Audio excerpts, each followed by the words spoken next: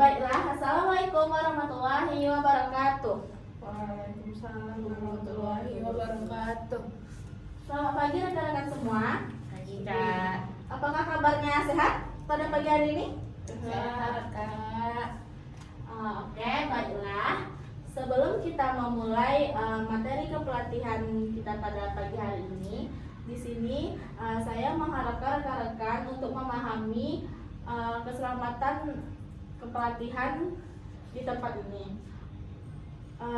Berhubung kita berada di lantai 3 Gedung Psikologi Universitas Negeri Padang, jika terjadi bencana alam seperti gempa bumi, rekan-rekan bisa keluar melalui pintu keluar pada sebelah kiri, dan dan mengikuti jalur evakuasi yang menuju ke lantai bawah. Dan jika terjadi munculnya percikan api yang disebabkan oleh korsleting listrik, rekan-rekan bisa menggunakan alat pemadam api yang berada di belakang rekan-rekan semua. Baiklah,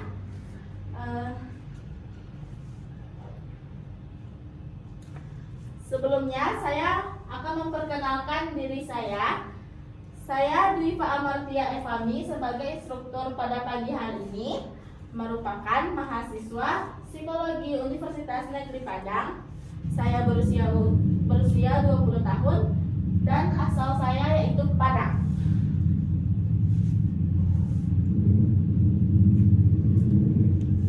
Karena saya sudah memperkenalkan diri, alangkah baiknya saya juga berkenalan dengan rekan-rekan yang berada di sini.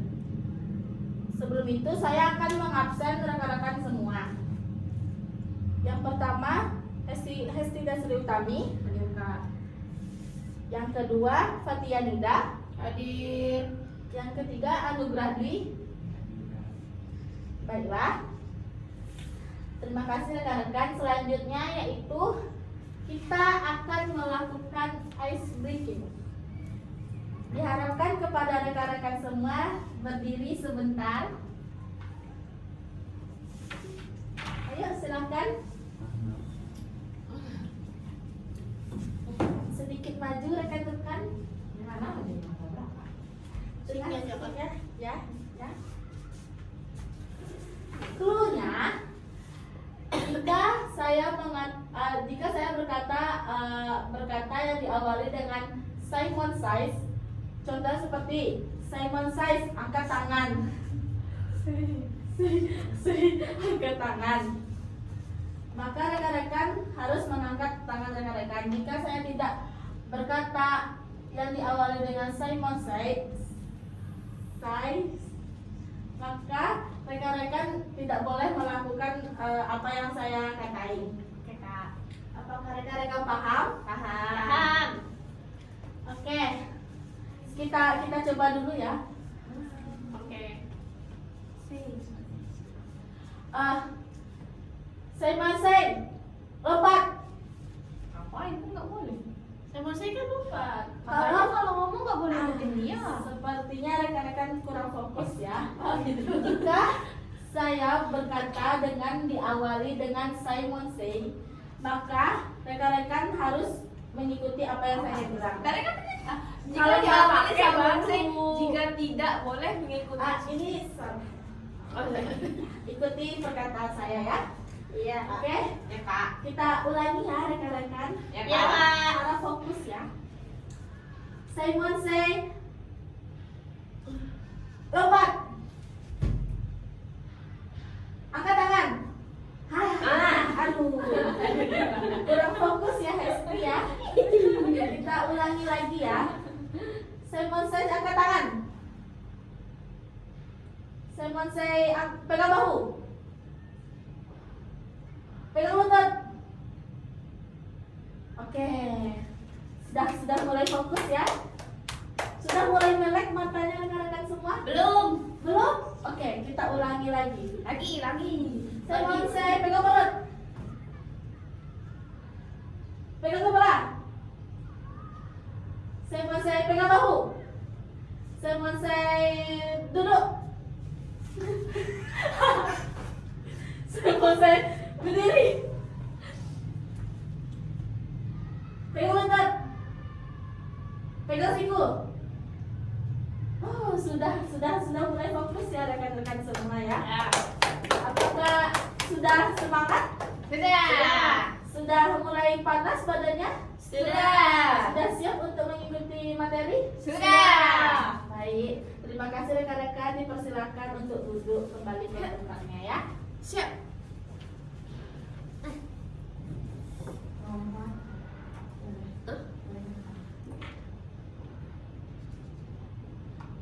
Nah, karena kita tadi udah melakukan ice breaking, baiklah saya di sini sebagai instruktur akan memulai materi yang akan saya jelaskan terlebih dahulu. Di sini materi yang akan dijelaskan itu menilai resiko bahaya di tempat pelatihan. Tujuan dari penelitian ini yaitu yang pertama, rekan-rekan diharapkan sesudah mengikuti pelatihan ini dapat menjelaskan cara mengidentifikasi potensi kecelakaan yang mungkin timbul dari bahaya yang ada di tempat pelatihan berdasarkan acuan penilaian risiko. Yang kedua, mampu mengidentifikasi tingkat kemungkinan terjadinya kecelakaan berdasarkan hasil acuan penilaian risiko. Yang ketiga, dapat menjelaskan cara menilai tingkat keparahan dari setiap potensi bahaya yang ada di tempat kepelatihan. Dan yang terakhir, rekan-rekan diharapkan mampu menilai risiko dari potensi bahaya berdasarkan tingkat keparahannya. Dan rekan-rekan harus melakukannya dengan cermat, teliti, dan tepat. Selanjutnya, di sini saya akan menjelaskan pengertian keselamatan kerja. Pengertian keselamatan kesehatan kerja atau biasa disebut dengan K3 menurut peraturan pemerintah nomor 1 tahun 1970 adalah segala kegiatan untuk menjamin dan melindungi keselamatan dan kesehatan tenaga kerja melalui upaya pencegahan kecelakaan kerja dan penyakit akibat kerja. Segala kegiatan untuk menjamin dan melindungi keselamatan dan kesehatan tenaga kerja melalui upaya pencegahan kecelakaan kerja dan penyakit akibat kerja menurut OSAS 18/01 serta sebuah ilmu untuk antisipasi, rekognisis, evaluasi, dan pengendalian bahaya yang muncul di tempat kerja yang dapat berdampak pada kesehatan dan kesejahteraan pekerja serta dampak yang mungkin bisa dirasakan oleh komunitas sekitar dan lingkungan umum. Kemudian, pengertian definisi K3 menurut filosofi Mangkunegara adalah keselamatan dan kesehatan kerja, suatu pemikiran dan upaya untuk menjamin keutuhan, kesempurnaan jasmani maupun rohani tenaga kerja, khususnya dan manusia pada umumnya, serta hasil karya budaya menuju masyarakat adil dan makmur. Pengertian definisi K3 menurut OSAS 18/01 tahun 2007, keselamatan faktor kerja adalah semua kondisi dan faktor yang dapat berdampak pada keselamatan dan kesehatan kerja, tenaga kerja maupun orang lain seperti kontraktor, pemasok, pengunjung, dan tamu di tempat kerja. Nah, selanjutnya, sumber informasi keselamatan kesehatan kerja. Sumber dan cara akses informasi diidentifikasi sesuai permasalahan K3. Informasi tentang efektivitas pencegahan bahaya di tempat kerja dikomunikasikan kepada tenaga kerja sebagai masukan internal. Informasi K3 yang membutuhkan kerjasama secara eksternal dikonsultasikan dengan pihak pemangku kepentingan. Informasi dan masukan secara internal dan eksternal dicatat sebagai bahan penanganan masalah K3 di tempat kerja. Informasi dan masukan secara internal dan eksternal tentang penanganan masalah K3 dikonfirmasikan dengan rekan kerja. Status penyabaran, informasi dan penerapannya dipastikan sudah dilakukan oleh pihak tersebut.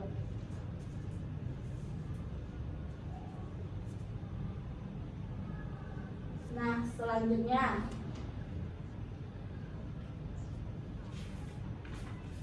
pihak pemangku kepentingan adalah pihak yang terkait dengan penanganan masalah K3 dan pemangku kepentingan seperti instansi, pemerintah, Dewan K3 nasional, asosiasi pengusaha, kalangan industri, asosiasi profesi, lembaga kepelatihan K3, dan serikat pekerja.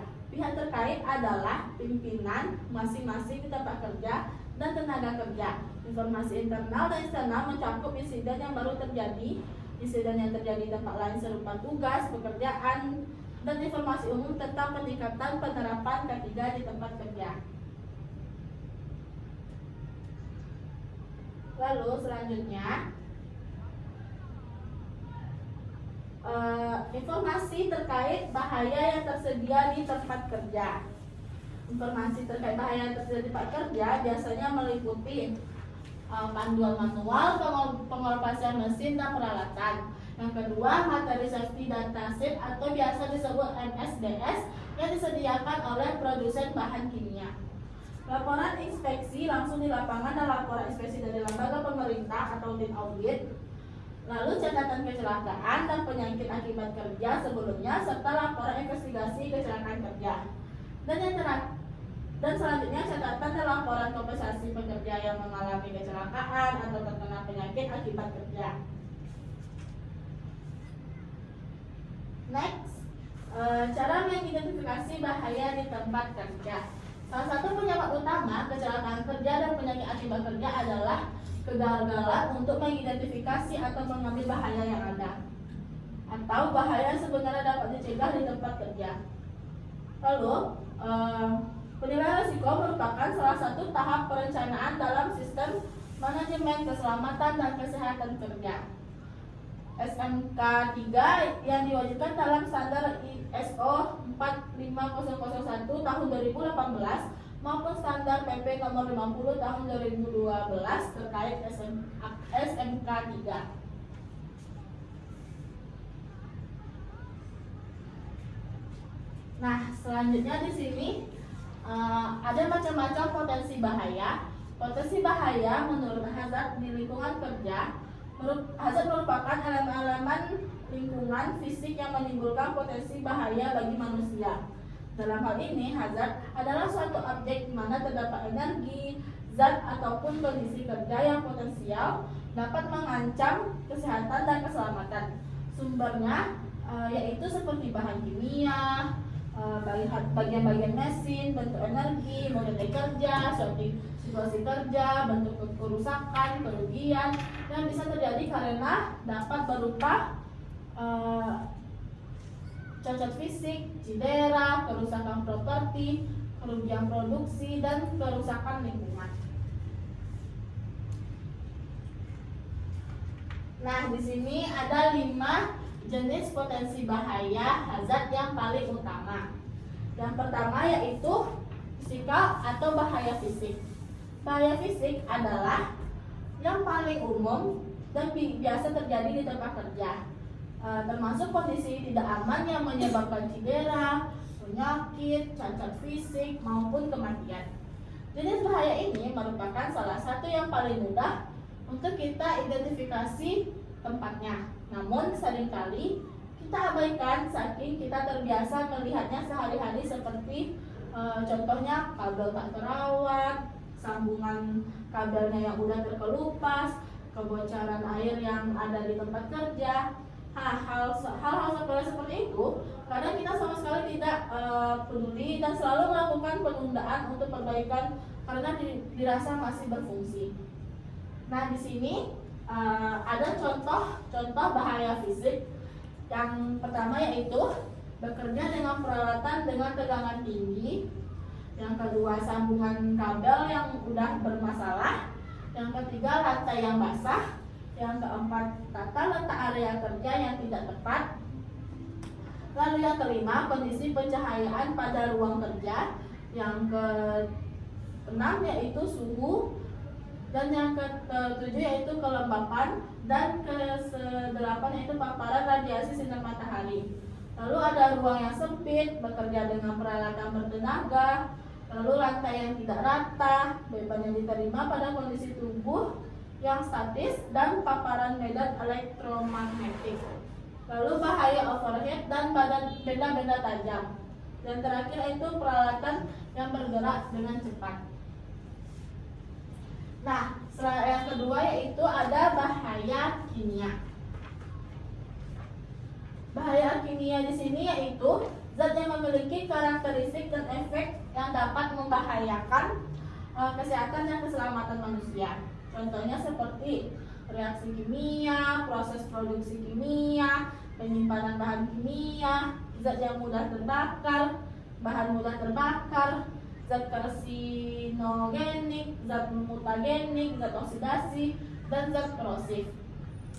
Dan yang ketiga yaitu ada biologika atau bahaya biologis. Di sini bahaya biologis yang dimaksud adalah organisme atau zat yang dihasilkan oleh organisme yang mungkin menimbulkan ancaman bagi kesehatan dan keselamatan manusia. Contohnya seperti darah atau cairan tubuh orang lain, lalu kotoran manusia, antraks, jamur, virus dan bakteri, tanaman beracun, kotoran binatang, dan gigitan hewan. Lalu yang keempat ada ergonomi atau bahaya ergonomi. Di sini bahaya ergonomi yaitu jenis bahaya yang terjadi ketika jenis pekerjaan, posisi tubuh, kondisi tidak kerja secara tidak sesuai dengan kondisi bekerja. Bahaya ergonomi sangat dipengaruhi oleh posisi tubuh seperti bagaimana posisi kita ketika mengangkat benda berat. Makanya untuk bahaya ergonomi ini dampak paling nyatanya itu yaitu seperti nyeri otot jangka pendek. Lalu bahaya ergonomi ini yaitu tidak sesuai dengan kaidah kerja dan dapat mengakibatkan permasalahan yang lebih serius baik itu untuk jangka panjang. Contoh bahaya ergonomi yaitu yang pertama lampu yang redup, tempat kerja yang tidak sesuai dengan tubuh pekerja, sering mengangkat benda-benda yang berat, postur tubuh yang kurang memadai, gerakan yang sedikit canggung, lalu mengulangi gerakan yang sama berulang-ulang kali. Nah, yang terakhir di sini ada psikologikal, yaitu bahaya psikologi. Bahaya psikologi menyebabkan seseorang dapat mengalami tekanan mental atau gangguan jiwa. Contoh potensi bahaya psikologi yaitu kekerasan di tempat kerja, bullying, kelelahan, bekerja sendiri, fobia, kurangnya motivasi bekerja, kepemimpinan yang kurang baik, kecepatan dalam kerja, kurangnya motivasi, dan kelebihan atau kekurangan beban kerja.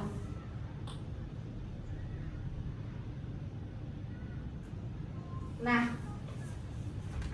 di sini ada contoh-contohnya. Ada 3 contoh bahaya-bahaya di tempat kerja. Nah, itu ada bahaya fisik seperti tergelincir, tersandung, dan jatuh yang diakibatkan oleh mesin atau peralatan atau ada cairan yang tertumpah di lingkungan di tempat bekerja. Yang kedua itu ada bahaya kimia, dan yang ketiga itu bahaya ergonomis. Seperti contohnya yaitu cedera akibat ketegangan yang berulang.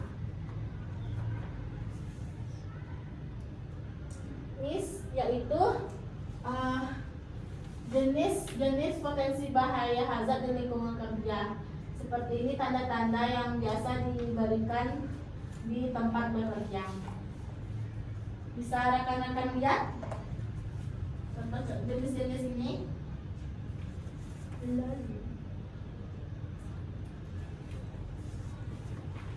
Nah, selanjutnya di sini saya akan menjelaskan resiko ketiga dan penilaian resiko.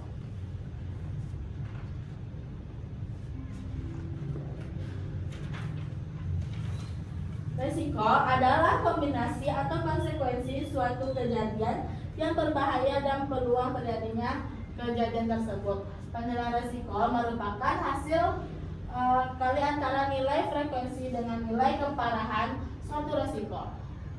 Untuk menentukan kategori suatu resiko, apakah itu rendah, sedang, tinggi, ataupun ekstrim, dapat menggunakan metode matriks resiko seperti pada tabel matriks resiko di slide selanjutnya. Seperti ini.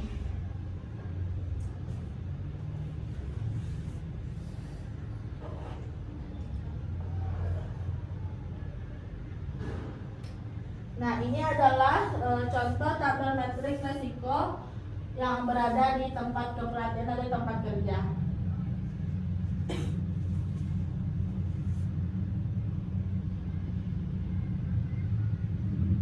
Lalu ini selanjutnya yaitu contoh parameter keseringan tabel metrik resiko di tempat kerja.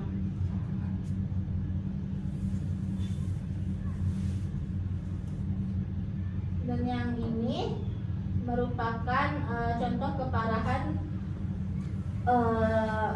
risiko di tempat kerja. Di sini yaitu ada kategori keparahan seperti sangat ringan, sedang, parah, dan sangat parah.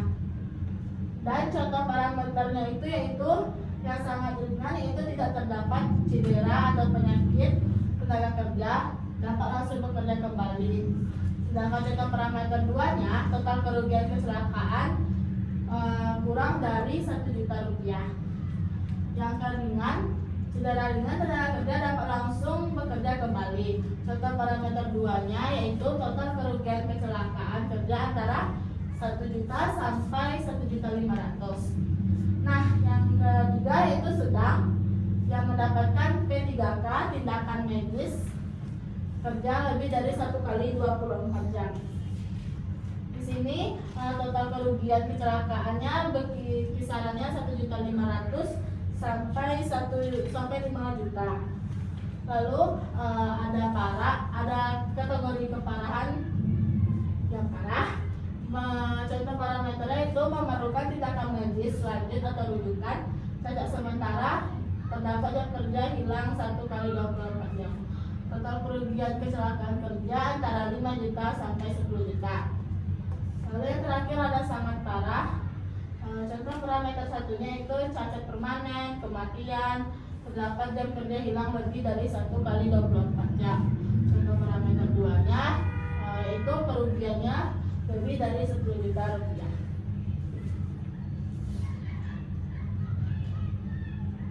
Nah, ini yang merupakan tabel representasi kategori risiko yang dihasilkan dari penilaian matriks.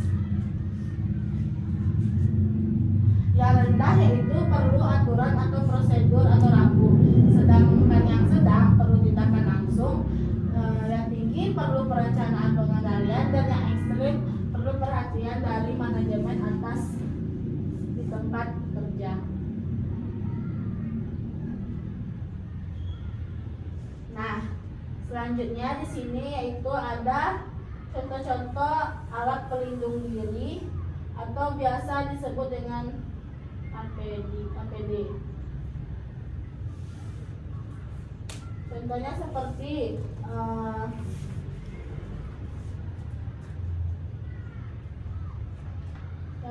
yang gambar pertama yaitu perlindungan kepala, helm, atau topi yang keras pada gambar yang pertama. Lalu yang kedua yaitu perlindungan mata. Contohnya seperti kacamata pelindung dan pelindung wajah, ada di gambar kedua. Yang ketiga yaitu perlindungan pendengaran. Contohnya itu penutup telinga dan penyumbat telinga, ada di gambar ketiga. Yang keempat yaitu perlindungan tangan, contohnya seperti sarung tangan, ada di gambar yang keempat.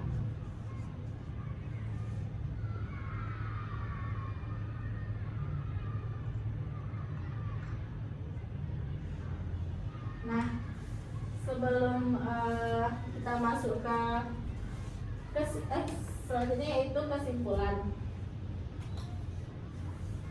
Dari pokok bahasa tersebut dapat disimpulkan bahwa diharapkan semua peserta pelatihan pada hari ini dapat mengidentifikasi tingkat kemungkinan terjadinya kecelakaan berdasarkan hasil acuan penilaian risiko dan dapat membuat pengendalian bahaya sebelum bahaya itu terjadi.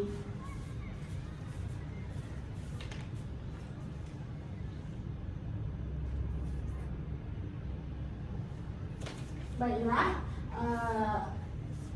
apakah rekan-rekan ada yang mau ditanyakan? Saya membuka sesi tanya jawab. Kak, aku mau nanya, boleh nggak kakak geser slide-nya ke matriks resiko, tabel matriks resiko tadi?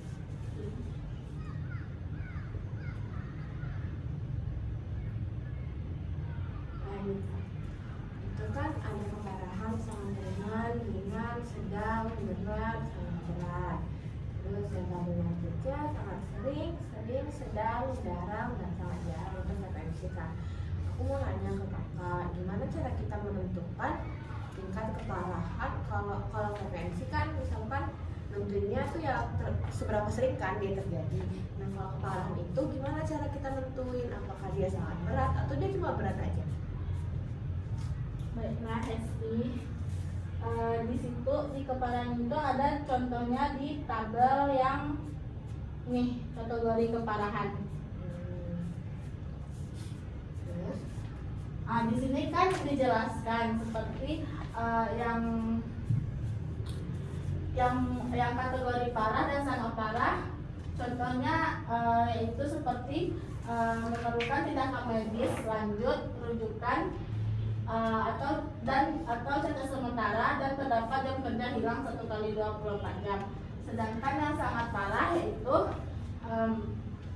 cacat permanen, kematian, terdapat jam kerja hilang lebih 1 kali 24 jam. Dan yang parah itu total kerugiannya yaitu 5 sampai 10 juta. Sedangkan yang sangat parah total kerugian kecelakaannya lebih dari 10 juta. Oh, gitu ya.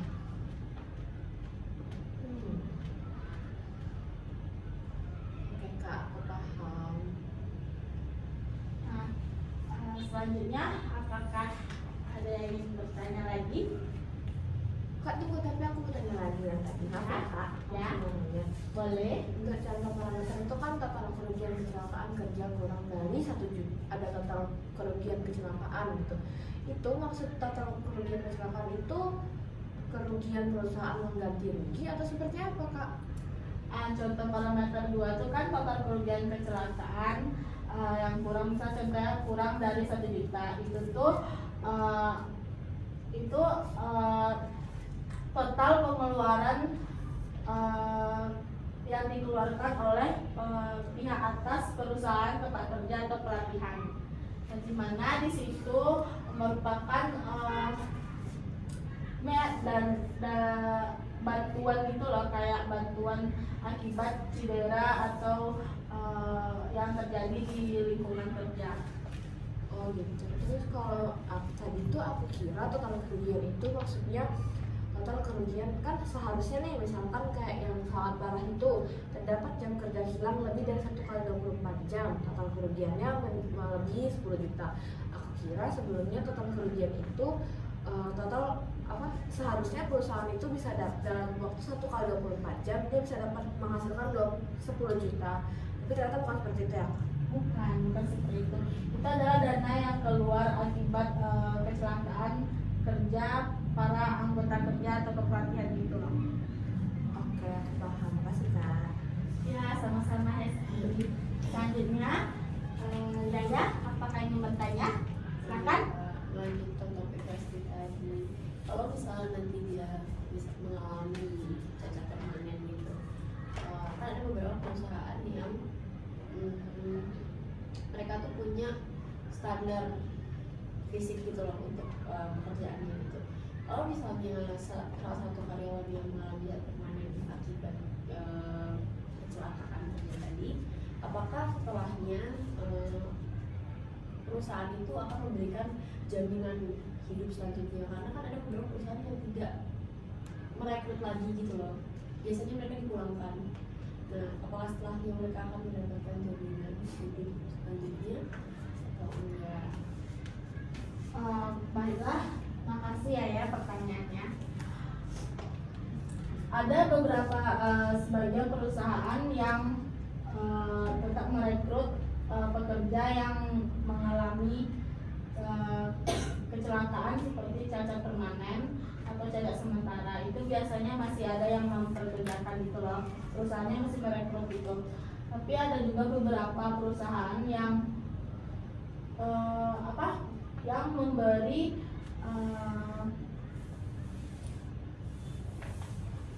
kerugian seperti yang ini kan dikasih uangnya lebih di atas 10 juta. Nah, banyak perusahaan yang biasanya yang cacat permanen itu tidak merekrut kembali gitu para anggota pekerjanya yang mengalami cacat permanen. Jadi ada beberapa perusahaan yang merekrut dan ada yang mengembalikan para anggota pekerja yang mengalami cacat permanen untuk tidak bekerja lagi atau kembali ke rumah. Berarti tabel parameter itu sebenarnya uang kompensasi ke karyawannya gitu. Ya. Terus saya mau tanya lagi, Ya, boleh. ke slide potensi bahaya hazard. Sebentar ya, Ya.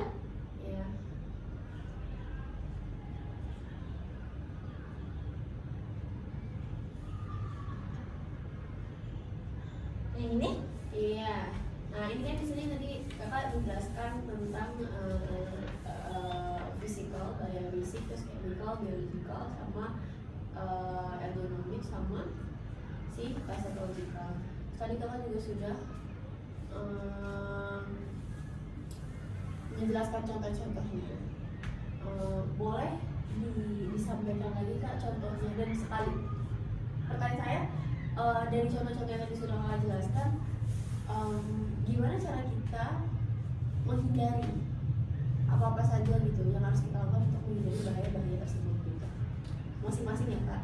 Berarti dari 1 sampai 5. Iya. Mau saya jelaskan ulang lagi ya. Iya. Plus sama itunya, apa namanya, cara kita yang menghindari si contoh-contoh tadi. Nah, di sini kan ada 5 jenis potensi bahaya hazard yang paling utama. Yang pertama yaitu bahaya fisik. Nah, bahaya fisik ini adalah yang paling umum biasanya terjadi di tempat kerja, termasuk kondisi yang tidak aman yang dapat menyebabkan cedera, penyakit, cacat fisik maupun kematian. Nah, jenis bahaya fisik ini merupakan salah satu yang paling mudah untuk kita identifikasi tempatnya. Namun, seringkali kita abaikan saking terbiasanya melihat sehari-hari seperti demikian. Contohnya tuh seperti kabel yang tidak terawat, sambungan kabel yang udah terkelupas, terus pembocoran air yang masuk di tempat kerja. Biasanya tuh untuk hal-hal sepele seperti itu kan kadang kita sama sekali tak peduli kan. Terus selalu melakukan penundaan untuk perbaikannya karena masih merasa itu masih berfungsi. Namun suatu waktu yang kita anggap sepele itu dapat menjadi potensi bahaya yang dapat mengakibatkan kerugian. Nah, bahaya fisik ini memiliki banyak contoh. Contohnya yang pertama itu bekerja dengan peralatan tegangan tinggi. Nah, yang kedua sambungan kabel yang sudah rusak atau yang sudah bermasalah. Terus lantai yang basah akibat air yang masuk ke tempat bekerja atau ada air yang tumpah di tempat lingkungan bekerja. Lalu tata letak area kerja yang tidak tepat letaknya gitu, posisinya gitu.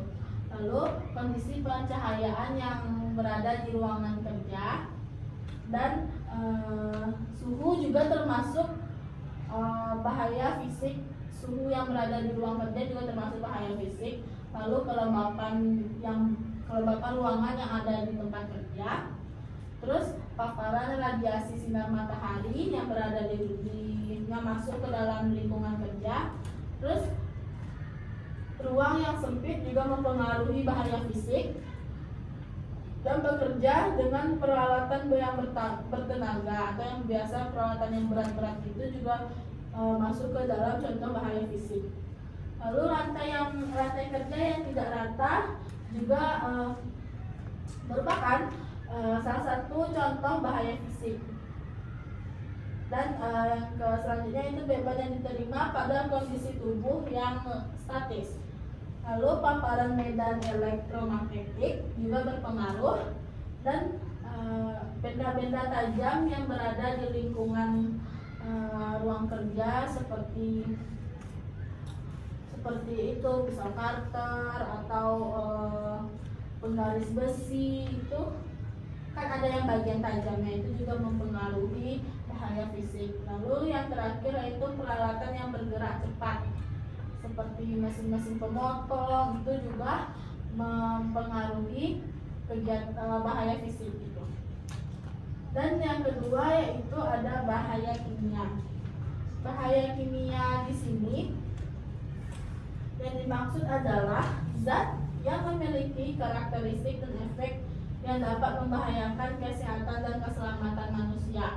Nah, contoh dari bahaya kimia itu juga banyak yang juga banyak berada di tempat lingkungan kerja atau pelatihan. Yang pertama yaitu reaksi kimia, proses produksi kimia, penyimpanan bahan kimia, zat yang mudah terbakar.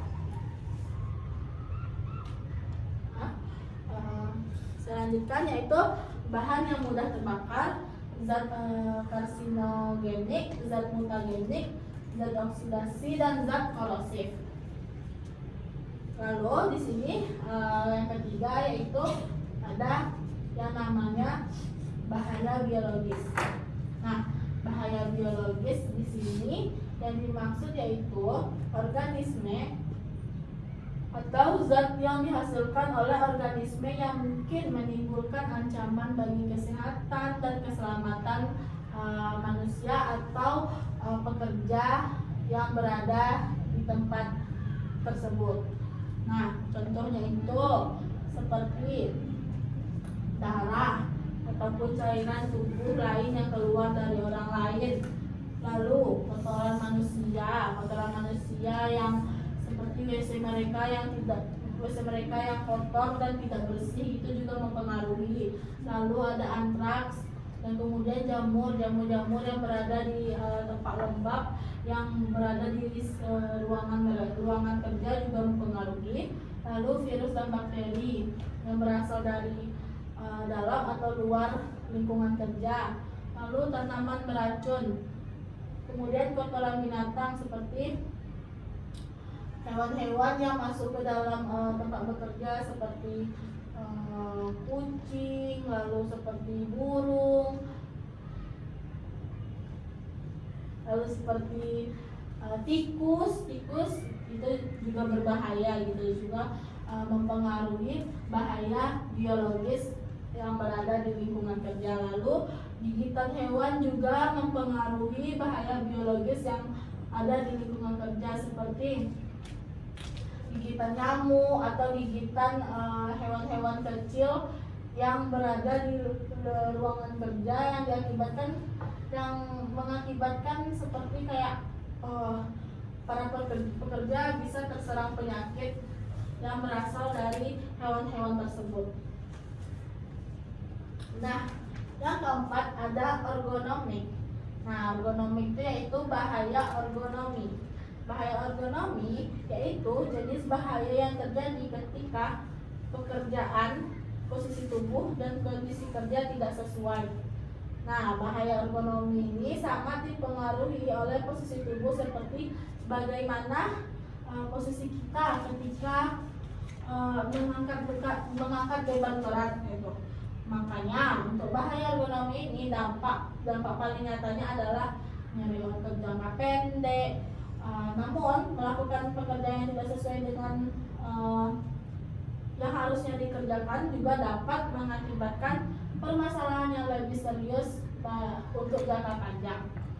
Nah, contoh bahaya ergonomi ini seperti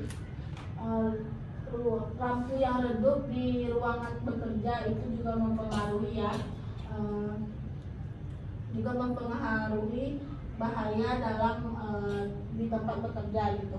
Lalu tempat kerja yang tidak disesuaikan dengan tubuh pekerja, seperti ruangan yang sempit itu juga mempengaruhi keselamatan para pekerja. Lalu sering mengangkat benda-benda berat gitu, sering mengangkat benda-benda berat seperti yang bekerja di tempat yang terbuka itu juga sering mengangkat benda-benda berat. Lalu postur tubuh yang kurang memadai, lalu gerakannya canggung, serta yang terakhir mengulangi gerakan yang sama berulang-ulang, seperti mereka tiap harinya disuruh mengangkat benda-benda berat tanpa berhenti, cuma berhenti ketika jam istirahatnya. Itu juga mempengaruhi bahaya ergonomi tersebut. Nah, di sini yang terakhir yaitu psikologikal, yaitu bahaya yang sering terjadi di lingkungan kerja atau tempat kepelatihan. Bahaya psikologi menyebabkan seseorang dapat mengalami tekanan mental dan gangguan jiwa. Itu ya yang paling, sebenarnya bahaya psikologi lah yang paling berbahaya di tempat kepelatihan atau lingkungan kerja. Nah, contoh potensi bahaya psikologi itu meliputi, ya, sebentar ya.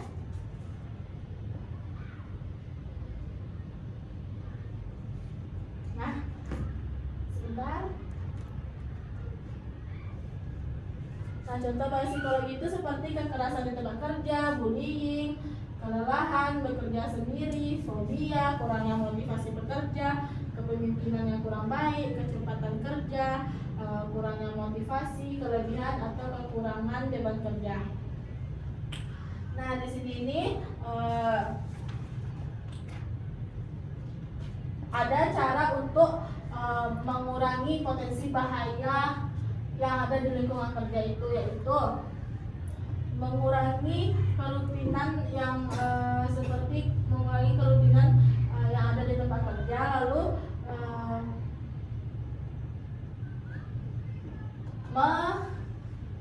mengurangi bahaya-bahaya di tempat kerja, seperti yang bahaya-bahaya yang tampak seperti air yang masuk di tempat kerja, cairan yang tumpah, benda-benda tajam, atau ruangan yang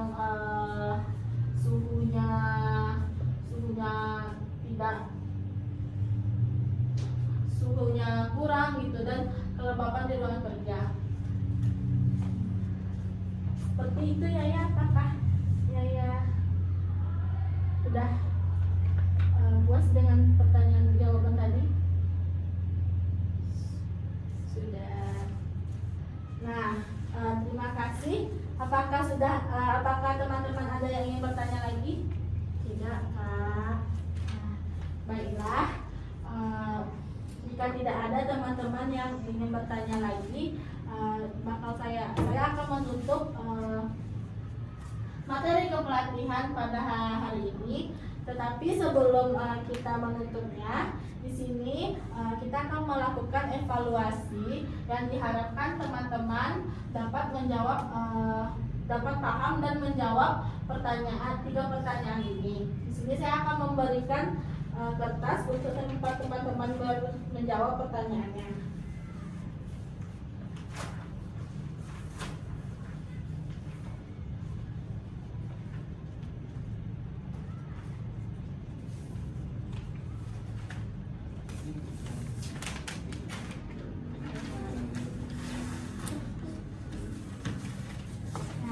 Baiklah, saya akan mempersilahkan teman-teman menjawab pertanyaan ini dimulai dari sekarang.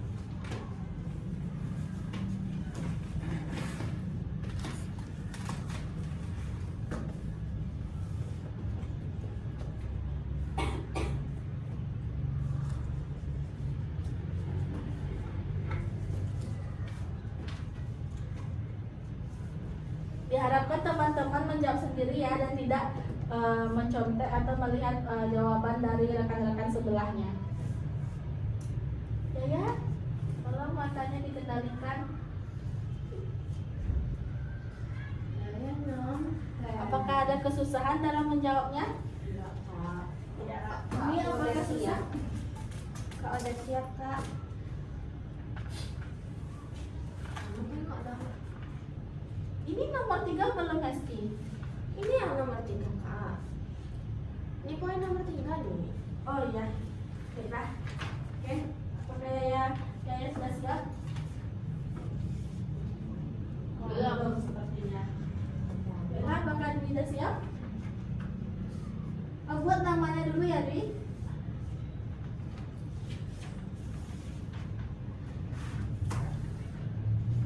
Terima kasih. Boleh kita pesan juga. Baik. Bisa. Oh, banyak ya jawabannya ya. Saya sangat senang juga ya yang memahami materi tadi.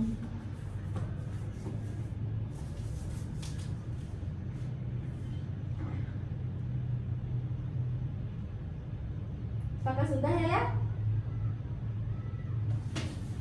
Oke, sudah, Kak. Namanya sudah dibuat? Sudah, Kak. Terima kasih.